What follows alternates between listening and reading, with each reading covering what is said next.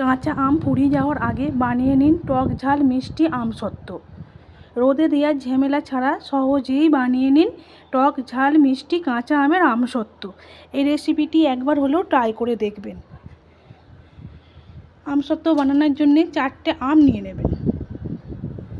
প্রথমে আমগুলো খোসা ছাড়িয়ে নেবেন। একই রকমভাবে সব আমগুলোর খোসা ছাড়িয়ে নেবেন। আমি একটা আম কেটে তোমাদের দিকে দেখাচ্ছি।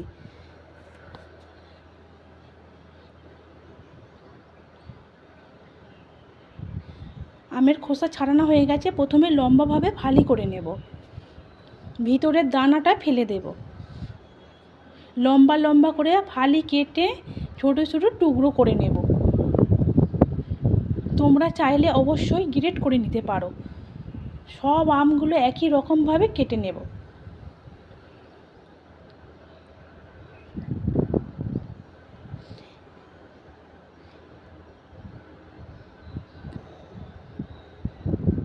সব আমগুলো আমার কাটা হয়ে গেছে। জলের মধ্যে ভালোভাবে ধুয়ে প্লেটের মধ্যে তুলে নেব।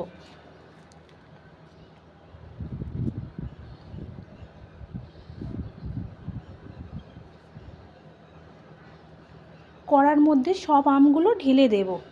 হাফ ঘটি জল দিয়ে ঢাকা দিয়ে আমটা সেদ্ধ করে নেব।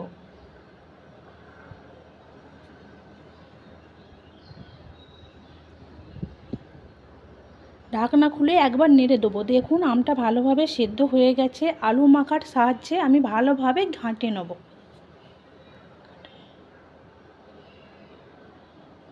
একটা গামলার মধ্যে ছাঁকনি বসিয়ে আমের গ্রেভিটা ছেঁকে নেব।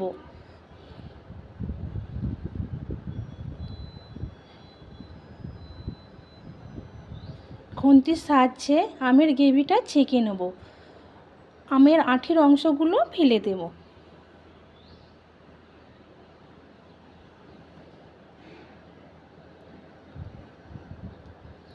আমের গ্রেভির অংশটা আমার ভালোভাবে ছাঁকা হয়ে গেছে।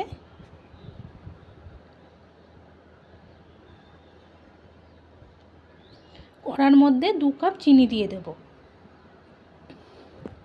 আমের গ্রেভি দিয়ে নাড়তে থাকবো। গ্যাসের আঁচ মিডিয়াম ফ্লেমে রেখে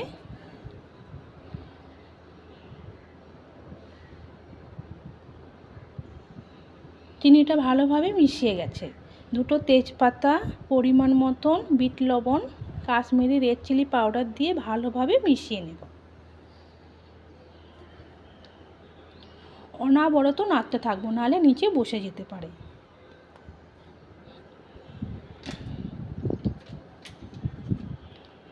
আমসত্ত্বর গ্রেভিটা কত সুন্দর ঘন হয়ে গেছে দেখুন।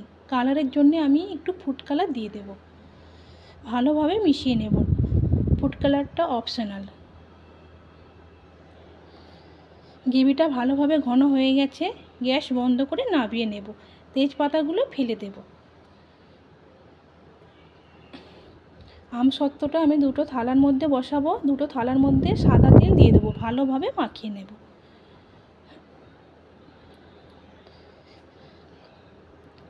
আমসত্ত্বর গ্রেভিটা ঢেলে ভালোভাবে চাড়িয়ে নেব।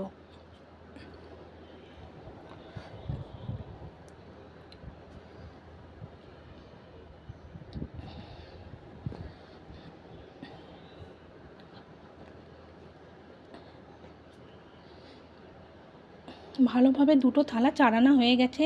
পাখার হাওয়ার মধ্যে 3-4 দিন রেখে দিলেই আমসত্ত্ব শুকনো হয়ে যাবে। আমি রোদের মধ্যে শুকনো করে তোমাদের দিকে দেখাচ্ছি। রোদের মধ্যে 1 দিন সময় লেগেছে, কেটে দেখাচ্ছি কত সুন্দর হয়েছে দেখুন।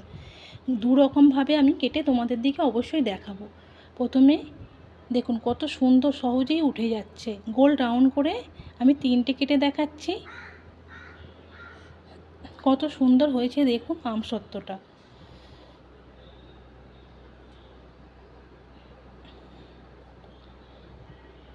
এই আমসত্ত্ব একবার বানালে 1 বছর পর্যন্ত সংরক্ষণ করতে পারবেন। আমসত্ত্বটা চৌকোনি পিস করে কেটে দেখাচ্ছি কত সুন্দর হয়েছে দেখুন। অবশ্যই একবার ট্রাই করে দেখবেন। রেডি হয়ে গেছে আমসত্ত্ব রেসিপি। যদি ভালো লাগে অবশ্যই জানাবেন।